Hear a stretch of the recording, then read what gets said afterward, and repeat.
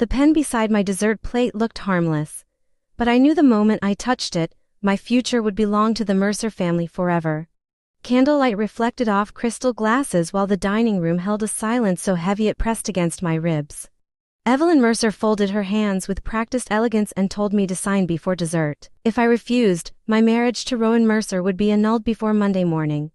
The postnuptial agreement rested beside the cranberry sauce like another course prepared for Thanksgiving dinner. 14 pages designed to leave me with nothing if my marriage ever ended. Rowan would not meet my eyes. He stared into his wineglass as though the answer to his cowardice floated somewhere inside it.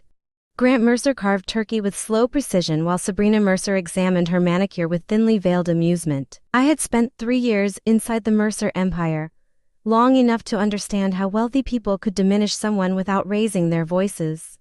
Evelyn adjusted her diamond bracelet beneath the chandelier and explained that families like theirs required protection. I looked down at the expensive paper and realized they had already decided who I was.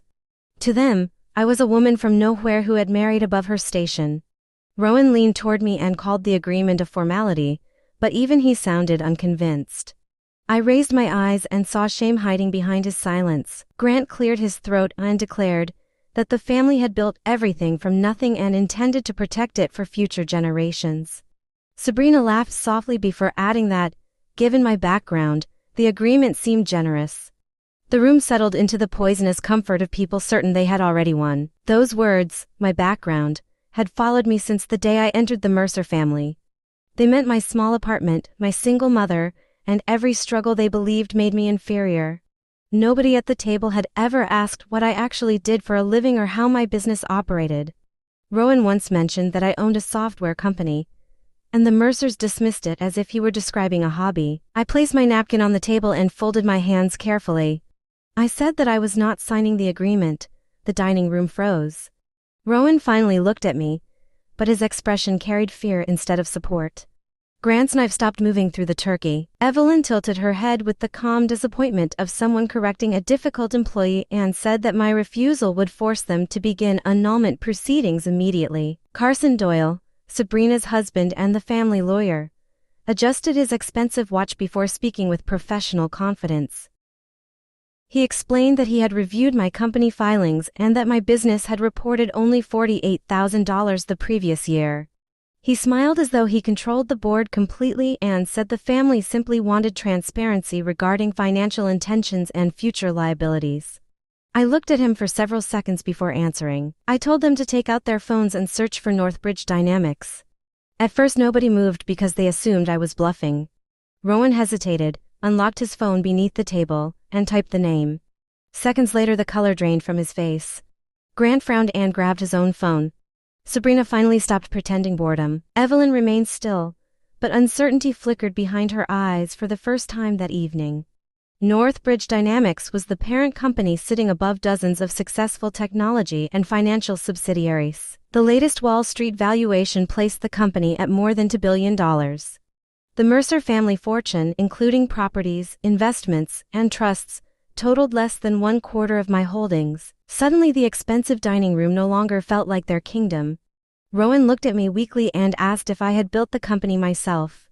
I nodded and told him that I had founded Northbridge when I was 24. I folded the unsigned agreement closed and explained that they had never asked enough questions to discover the rest. Sabrina looked horrified as the reality settled over the table. Carson's confidence disappeared beneath the pressure of silence. I remembered my first dinner with the Mercers after our engagement, when Evelyn had warned me privately that the family would always protect itself from outsiders. I reached into my designer handbag and removed a thick manila folder. Since we were discussing financial transparency, I said, there was something the family should know.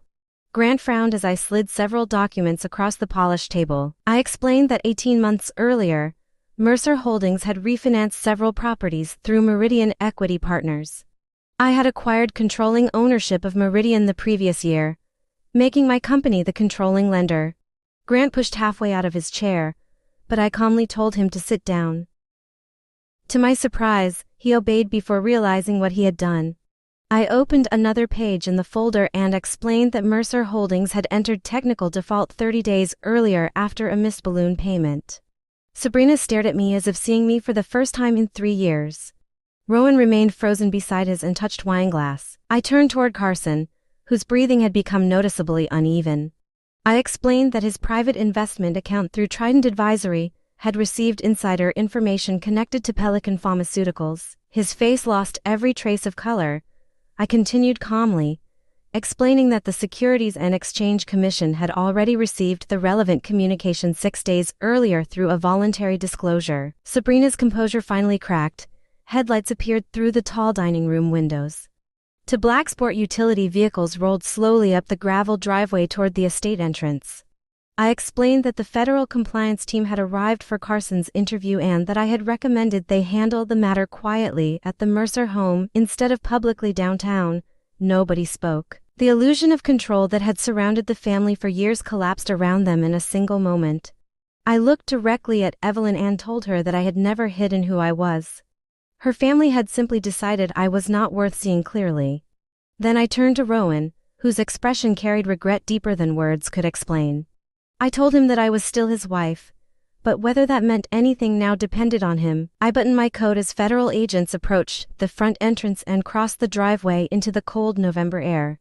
As I walked toward my car, Sabrina whispered Carson's name like someone asking a question she already feared answering. For the first time in years, breathing felt effortless instead of exhausting. I drove through the iron gates and disappeared into the Connecticut night, finally understanding a truth I should have recognized long before that dinner. I had never needed a seat at the Mercer table because I had built an empire large enough to create my own.